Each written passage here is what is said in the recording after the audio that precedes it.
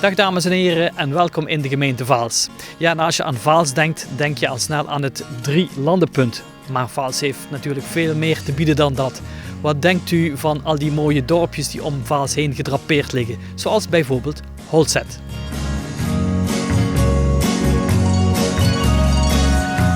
Holzet heeft ongeveer 160 inwoners en is waarschijnlijk ontstaan als vroeg-middeleeuwse ontginningsnederzetting. Naast de Lambertuskerk en enkele horecagelegenheden vinden we in Holzet een heus industrieel erfgoed, de Frankenhofmolen.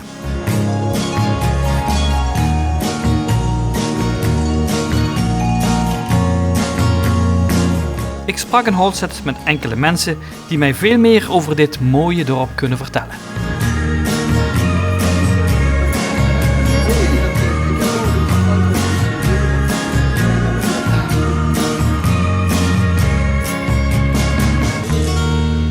We zijn hier in de Frankenhofmolen en die ligt in het dal van de Siepersbeek.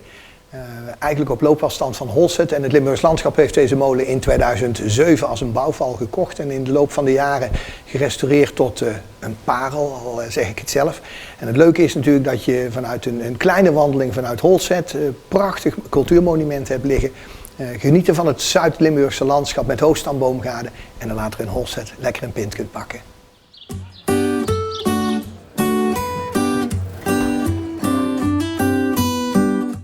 Gelukkig weten steeds meer toeristen ons mooie pittoreske dorpje Holzet te vinden. Dit kunt u zien aan de volle terrassen van de horeca.